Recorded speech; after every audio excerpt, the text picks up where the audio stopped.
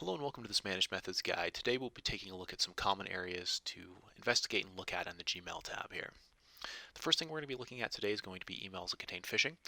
So generally speaking, phishing emails will be identified by either Google Web Risk API or PhishTank. There's a couple ways to quickly identify those phishing emails. First here, we go ahead and apply the quick filter of emails with phishing. You can also use the filter button here, click add parameter, and go ahead and click on malicious messages, and then phishing URL and phishing content would also grab those potential phishing emails. You could add an additional parameter here called messages sent, allowing you to see how those emails were coming in, whether they're things coming in from the outside, within domain emails, whatever you specifically wanted to look at. Graphs here at the top of the screen will also be clickable, and you can go ahead and click on the 52 here with phishing if you wanted to look at all 52 of those that were incoming emails from the outside that contained phishing. You can look at the outgoing ones or even within domain if needed. So I'll go ahead and apply the emails with phishing here and walk through some steps to take a look at when you're investigating a potential phishing email. So first thing you can do is you can always click into the subject. This gives you a good idea of who specifically sent the email, especially if it's something coming from the outside. A lot of times that might be a pretty odd specific sender, might be a specific odd domain. You'll be able to see the specific recipients in question, so both internal as well as external, just depending on where that phishing email was sent. You'll also be able to see the mailbox it ended up in, and then you can also take a look and either download the message body, or you can click the red fishhook icon, which is clickable from here too. This will pull up some details about the specific phishing incident in question. So in this case, we can see here was the URL that was flagged as that potential phishing, what it got scanned by, in this case Google Web Risk API, when it got scanned on, and then the specific threat type as well. You can also use the preview functionality as well to see what the email looked like to the end user too if necessary, and then from there you can take action. So you can go ahead and delete the email in question, which will go ahead and delete it out of the domain. End user would no longer have access to it, and it wouldn't appear here in the Managed Methods platform either. You could also go ahead and quarantine it. That would go ahead and move it to the user's trash, and then the end user could theoretically go ahead and grab it out of their trash, so a lot of times people prefer just to go ahead and delete those out of the domain entirely there. One of the things as well that it's always a good idea is to make sure that you have a policy set around phishing emails.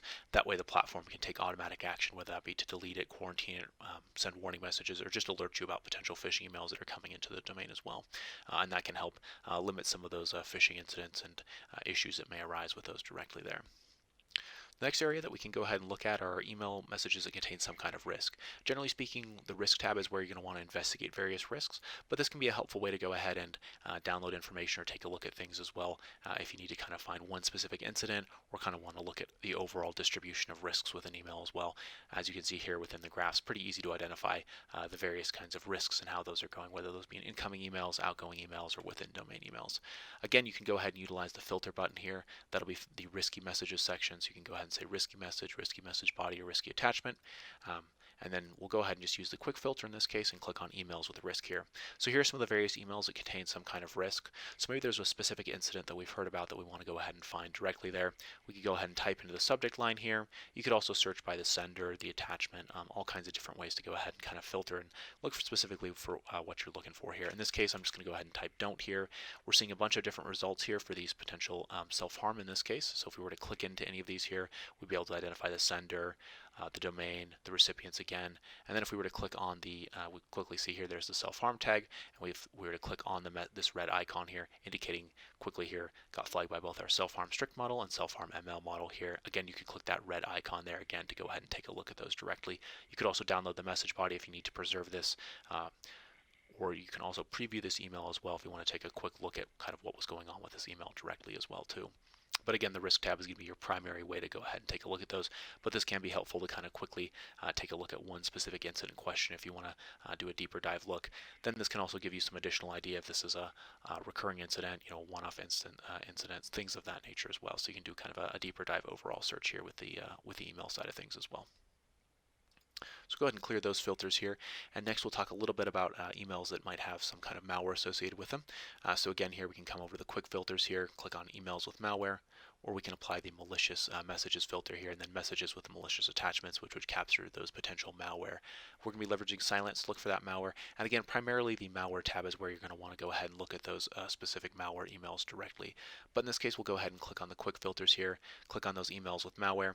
We can go ahead and quickly click on any of them, get basic idea of what happened with the malware in question, and then we could go ahead and actually click on the malware attachment. We could see the specific score threat here, and then we could go ahead and download a report from Silence to understand why it directly got flagged there as malware too.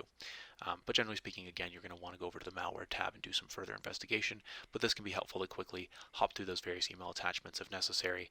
And you can also do some deeper dive looking at things. So you can take a quick preview of the message body itself. That wouldn't grab the email attachment itself, which is what's getting flagged in this case. So next, something else you might deal with is some kind of spear phishing email or other specific email you might be looking for. The email messages tab here directly is going to be the first stopping off point to look for those directly. This is a good way to kind of try to identify emails. Just be aware that this does get cleared out every 4 hours unless the email contains risk, phishing, malware, or an email attachment. In that case, if you're not finding exactly what you're looking for here, you can always go ahead and utilize the live email search. The only limitation here is that if the email has been deleted or removed out of the domain entirely, the email messages tab here as well as that live email search will be unable to directly find it. So in this case, maybe we're having an issue where we know that there's been one of our administrator accounts has gone ahead and sent out an email that they shouldn't have.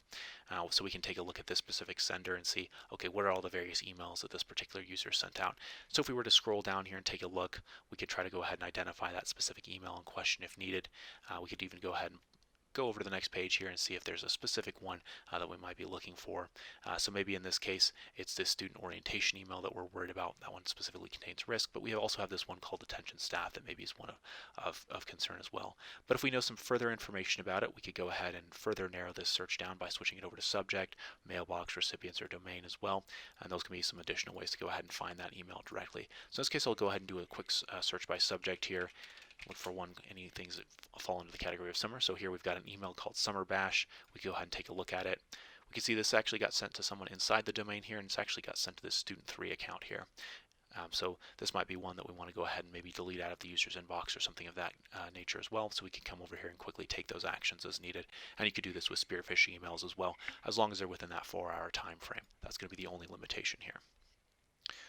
So then one of the tools that you may need to utilize if there's emails outside that 4-hour time frame, or if you want to do a much more granular search looking for emails, you can go ahead and utilize the live email search here.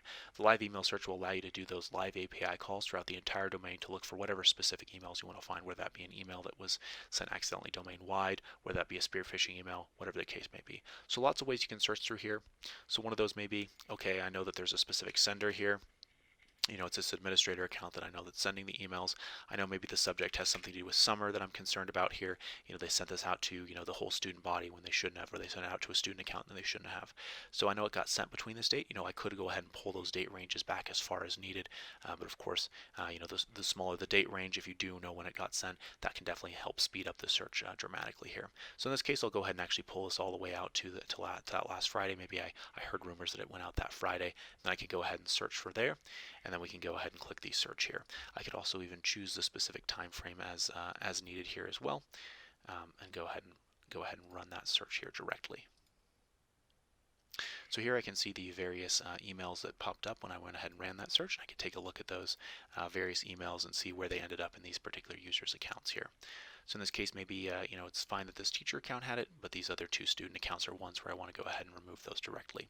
So then I could go ahead and preview this email to take a quick look at it, see kind of what's going on with it directly. In this case, this one looks even a little bit more concerning because it has some kind of social security number attached. But from here, I could go ahead and actually take action to go ahead and delete those emails in question out of those specific users' inboxes too, if necessary. And that's one of the ways you can run these searches to go ahead and find those specific emails you're looking for and go ahead and take that action on those emails as well. And this search is very granular, so of course you can go ahead and find a lot of different information here on this live email search. And that's one of the ways that you can go ahead and quickly find various emails that you might be concerned about or that you might heard about needing to do a deeper dive to search for. So we'll go back to the email messages tab here, and that kind of covers some of the primary investigations that you can go ahead and run here and look for directly on the Gmail tab. Thanks so much for your time today, and thanks for watching.